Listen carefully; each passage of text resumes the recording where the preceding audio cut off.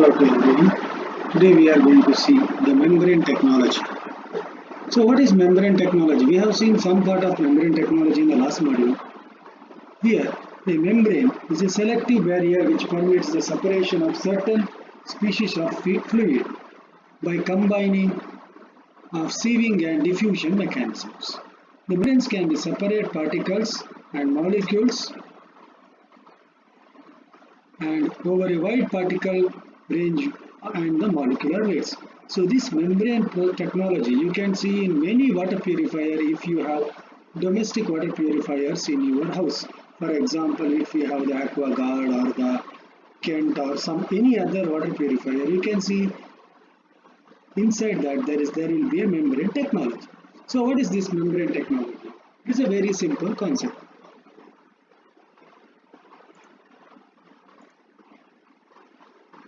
See here, there are some particles. These are the solute particles or the salt or any inorganic material which is present in the water. This blue color indicates the water and this orange color indicates the solute particles. This is a membrane. When this water molecule passes through this membrane, most of the inorganic particles which will be separated from the water, so that this solvent can be passed. There is a feed material and permeate. So there are different types of membrane technology. For generally we have 4 common types: reverse osmosis, nanofiltration, ultrafiltration and microfiltration. These 2 we have studied already: ultrafiltration and microfiltration, generally known as UF and MF. In this module we can see reverse osmosis and nanofiltration. See here, different types of 4 types of filtrations or the membrane technology you have. This is microfiltration, this is ultrafiltration, nanofiltration and reverse osmosis. You can see the opening size of all these membranes. Here the opening sizes is larger, here smaller, here smaller, here still smaller. So suspended solids can be removed using membrane technology. You can remove macromolecules by UF ultrafiltration, monovalent or multivalent ions you can remove it by nanofiltration, and monovalent ions using reverse osmosis. These are the sizes: 1 micron, 1000 micron. General filtration will come up to this size. Less than 1 micron you have to this is a microfiltration.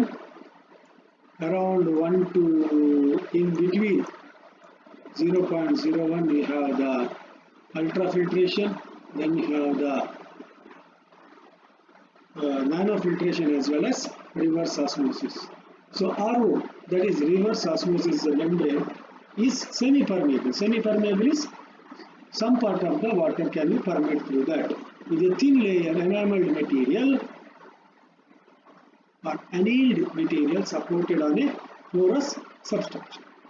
So generally its thickness is 0.25 micron thick and with a porous size of 5 to 10 angstrom.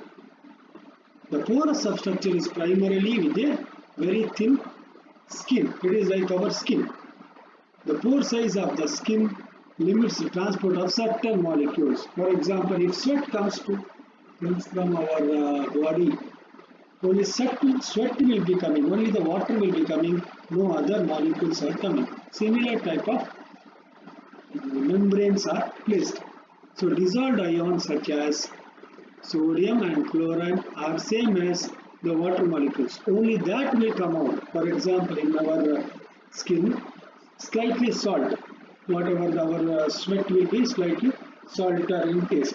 Why? Because the sodium chloride which will be there, salty material which will be coming out with the sweat, because The sodium and chloride ions will be having same particle size of water molecules. That's why it will escape out. All other particles are slightly larger. So the charged ions will be repelled by active portion of the membrane and it will be attracted towards the membrane. So adsorbed water will block the passage of these ions under pressure. Nanofiltration, which we have to see, is complementary process of reverse osmosis where divalent cations and anions are preferably rejected. So divalent cations are rejected, right? And there is a osmotic pressure which is developed. Very small amount of osmotic pressure is developed in the reverse osmosis process. This is a membrane, what you can see, the X-ray of membrane. This is also a very microscopic view of membrane. How the flow is taking place. You can see the open zone and here the closed zone. Closed zone means our qualifying zone where the water will be passing. So this is a hollow fiber where membranes are placed. We can see the membranes. Generally this type of ring or the hollow tubes we can see in the water purifiers. Some of the water purifiers we can see externally one hollow pipe. Inside that you can see these type of structures where membranes are placed, tubular membrane work, and here you have the porous membrane and water will be passed here and the filtered water will be coming out from this region. This is the spiral type of membrane. You can see when you roll a paper, you can see a sandwich of paper, so that water will be passing through some of the layers and which will be coming out. So here you can see a roll of water will be passing through here. The spacers are also provided. These are the spacers. Water will be flowing, it will be filtering and it will be coming out from in the central portion. Water will be entering here and exit will be from this portion because water will be filtered and it will move in this direction, then it will be collected in the horizontal direction.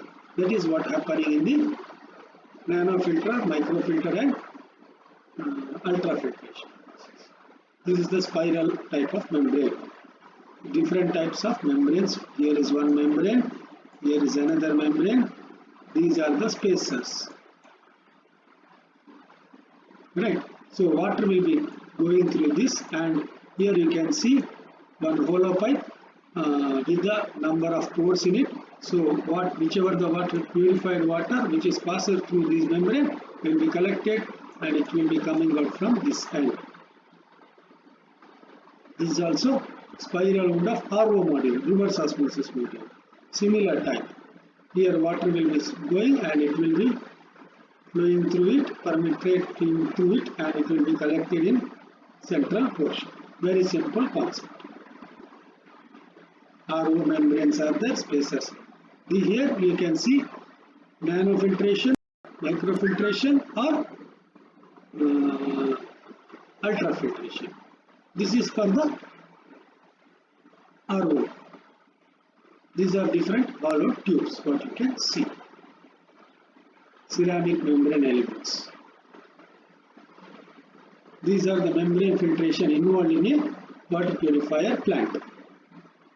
This is also ultrafilter purification units. So the pressure required here are based on the osmotic pressure for a reverse osmosis.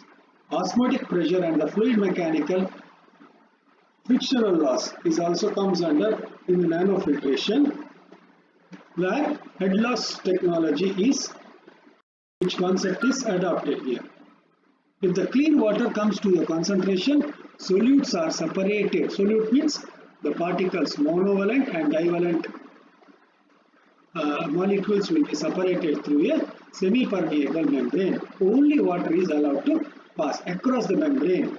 So when the hydrostatic pressure increases on the solute side, the force will process to stop. So this is a reverse osmosis technology. Here is a solvent, here is a saline solution. Generally water will flow in this direction. This is the permeable membrane. This is the simple osmosis technology. So once the concentration is increased because of the hydrostatic pressure, here the head pressure will increase. So water level will increase. Because of the increased hydrostatic pressure, then the flow will take place in reverse direction, so that water will all flow into the saline portion. Because of the increased hydrostatic pressure or osmotic pressure, water will flow in the reverse direction. So only water will be coming out from this portion. That is called reverse osmosis process. So application of the reverse osmosis is in the desalination. That means generally when you see the desalination, now in India we are trying to have a desalination plant, especially now it is set up in Chennai, the treating of seawater, converting it into a drinking water. You can see that in almost all European countries where the water scarcities are there, to remove the salinity in the water. Nanofiltration was developed to remove the hardness, right?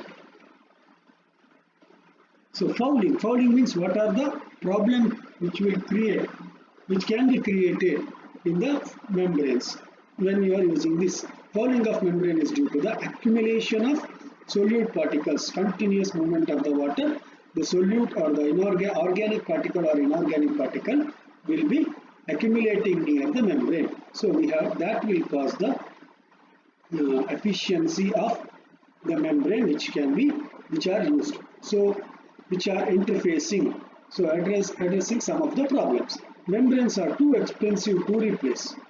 It is very costly. You can see around 7,000 for simple water treatment plant. So membranes are expensive. So how can we come across this fouling issue? Traditional membrane technology is generally affected by fouling. Long-term loss in the capacity due to the primary formation of boundary layers, which is built up. The flux performance of the membrane can be decreased, right? So to that, we can see that these solid particles which are accumulated along this membrane, which will not allow the water to pass through it, or this will cause the blocking. So what we have to do? How can we remove this? So one is periodic pulsing of the feed.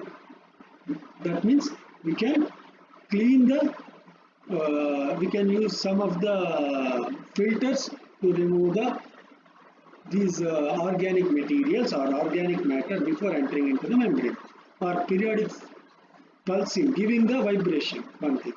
Periodic pulsing filtrate, that means we can go for the backwashing, reverse way we can remove, allowing the water to flow in a very high pressure, so that whatever the fouling has been occurred, that can be removed.